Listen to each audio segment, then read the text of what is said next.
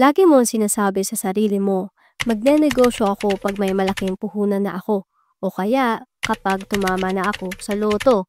Pero alam mo bang maraming tao ang nagsimula sa maliit na kapital like 5,000 pesos? Minsan mas mababa pa nga. Pero lumago ang negosyo nila dahil sa diskarte, tiyaga at tamang mindset. Yung iba nagsimula lang sa isang tray ng itlog. Ngayon may poultry farm na. Yung iba tinda-tinda lang ng snack sa office. Ngayon may mini grocery na. Hindi sa laki ng pera na susukat ang success sa negosyo. Nasa talino at sipag mo yan.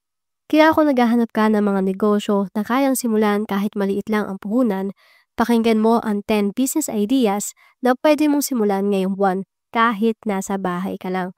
Number 1. Online palamig business. 3,000 to 5,000 pesos. Summer man o tag-ulan, ang palamig ay laging patok. Sagot gulaman, buko pandan, melon juice, kahit anong malamig, sigurado mabenta. Ang puhunan mo, hindi lalagpas ng 5,000 pesos. Para sa mga basic ingredients, lalagyan, yelo at plastic cups. Kaya mo na itong simulan sa loob ng bahay kahit wala kang physical store.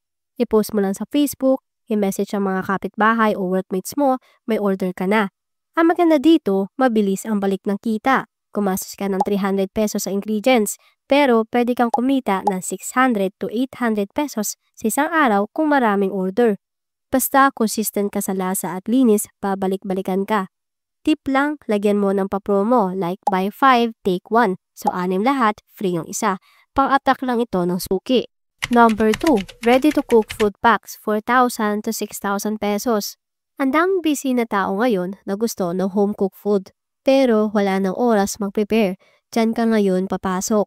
Kumuha ka ng mga ready-to-cook food packs tulad ng marinated tocino, tapa, adobo flakes, or lumpiang Shanghai. Hindi mo kailangan ng malaking kapital. Pambili lang ng karne, spices, containers at packaging, pwede mo na ito simulan. Halimbawa, sa 5,000 mo, makakagawa ka na ng 20 to 30 packs na pwede mo ibenta from 150 to 200 pesos each. Dito, mahalaga ang quality at shelf life. Gamitin mo ang social media para makahanap ng market like Facebook groups, friends, relatives, or office mates. Kapag nasarapan sila, sila na mismo ang magpo-promote sa'yo. Tip lang, mag-offer ka ng free taste sa unang 10 customer mo, pang viral din yan sa feed. Number 3. Pre-love or ukay online reseller, 2,000 to 5,000 pesos.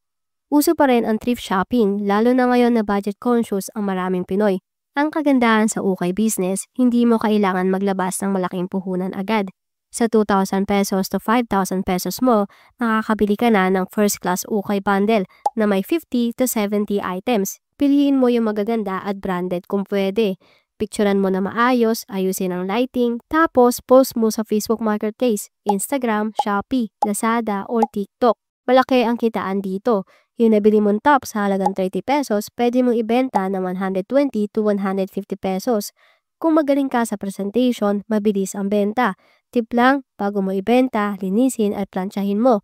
Presentation is the key sa ukay business. Number 4. Homemade baked goods, 3,000 to 7,000 pesos. Mahilig ka ba mag-bake ng cookies, brownies, banana bread, or cupcakes? Bakit hindi mo gawing racket? Sa maliit na puhunan, makakabili ka na ng basic ingredients tulad ng harina, sugar, butter, chocolate chips, at packaging materials. Pwede kang magsimula sa 3,000 pesos kung may oven ka na sa bahay. Kung wala pa, pwede kang gumamit ng oven toaster or air fryer. Maraming gumagawa niyan ngayon. Mag-set ka ng sampler box, halimbawa 4 pieces ng iba't ibang cookies for 120 pesos. Kapag nagustuhan ng customer, mag-o-order ulit yan ng marami. Ang susi dito, consistency ng lasa, linis ng gawa, at aesthetic ng packaging. Kahit simpleng thank you note lang, dagdag impact na agad yan. Number 5. E-loading business, 1,000 to 3,000 pesos.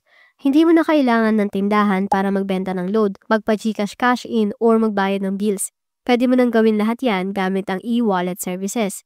Mag-register ka lang sa isang trusted app or portal like GCash, Maya, GoTime, or kahit ano, at maglagay ka lang ng minimum capital na 1,000 to 3,000 pesos ay makakasimula ka na sa e-loading business mo.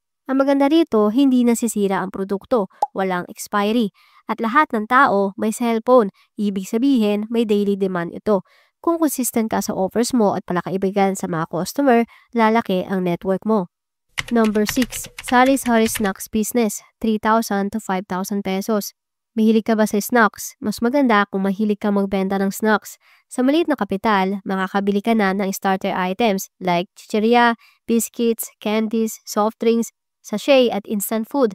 Pwede mo itong iset up sa tapat ng bahay nyo or kahit sa mini table lang sa loob. Mabilis ito mabenta kahit maliit ang tubo. Yung 5 pesos sa tubo, kung 50 items kada araw, 250 pesos kagad yan. Tip lang, lagyan mo ng konting palamuti ang tindahan mo. Ayusin ang display. Gumamit ng price tags. Ibang level ang dating pag mukhang maayos at malinis ang setup. Number 7. DIY accessories or bead making, 2,000 to 4,000 pesos. Kung creative ka at mahilig sa arts and crafts, gamitin mo ang skill na yan para gumawa ng custom accessories tulad ng bracelets, keychains, lanyards, or phone charms. Mura lang ang mga beads at string materials. Maraming mabibili sa Divisoria, Shopee, or crafting shops. Sa 2,000 to 4,000 mo, makakagawa ka na ng halos 100 pieces depende sa design. Ibenta mo sa online market, lalo na sa mga Gen Z na mahilig sa personalized items. Dagdag tip lang, gamitin mo ang TikTok videos para ipakita ang paggawa. Mas madali ka mapapansin kapag may visuals. Number 8. Plantitas or succulent seller, 2,000 to 5,000 pesos. Hanggang ngayon, patok pa rin ang mga halaman at kung may green thumb ka, mas advantage ka. Bumili ka ng mga wholesale succulents or small potted plants, lagyan mo ng murang pots, ribbons, or creative touch para maging pan-display. Pwede mo simulan ang mini garden business sa mismong bakuran mo. Marami kang pwedeng targetin dito like plantitas, office workers, or gift buyers. Tandaan, presentation is the key.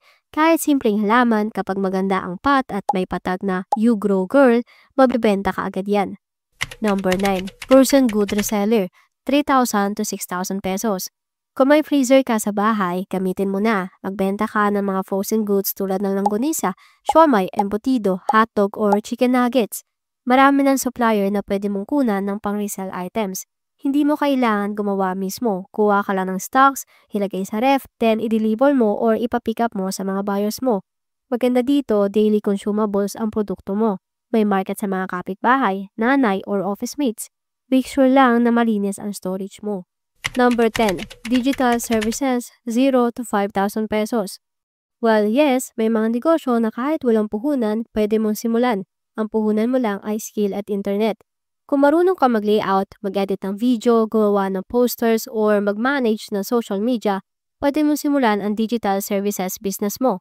Gamit lang ang cellphone or laptop, makakahanap ka na ng client sa Facebook, Upwork, or Fiverr. Kung may puhunan kang 3,000 to 5,000 pesos, pwede mong gamitin ito sa paid ads, Canva Pro subscription, basic tools para ma-upgrade ang serbisyo mo. Sa panahon ngayon, knowledge is business. Kung marunong ka, kikita ka. So, quick recap lang tayo. 10 negosyong pwede mong simulan kahit 5,000 pesos lang ang kapital mo. Number 1, online palamig business, 3,000 to 5,000 pesos. Number 2, ready-to-cook food packs, 4,000 to 6,000 pesos. Number 3, pre-lab or ukay online reseller, 2,000 to 5,000 pesos. Number 4, homemade baked goods, 3,000 to 7,000 pesos. Number 5, e-loading business, 1,000 to 3,000 pesos. Number 6, sari-sari snacks business, 3,000 to 5,000 pesos. Number 7, DIY accessories or bead making, 2,000 to 4,000 pesos. Number 8, plantitas or succulent reseller, 2,000 to 5,000 pesos. Number 9, fossil goods reseller, 3,000 to 6,000 pesos. At number 10, digital services, 0 to 5,000 pesos. O ayan ha, 10 negosyo na kayang simulan kahit hindi kalakihan ang puhunan. Kung seryoso kang umasenso, simulan mo na kahit maliit. Dahil kahit piso lang yan, kapag ginamit sa tamang paraan, pwedeng maging 1,000,000 ito. Like mo na yung video kung may natutunan ka at comment mo kung aling negosyo ang gusto mong simulan ngayong buwan. At syempre, subscribe ka na rin para sa weekly tips, diskarte at inspiration sa negosyo. Tandaan, hindi importante kung gaano kaliit ka magsimula. Ang mahalaga, magsimula ka. Tuloy lang, diskarte lang. Kita-kits sa next video.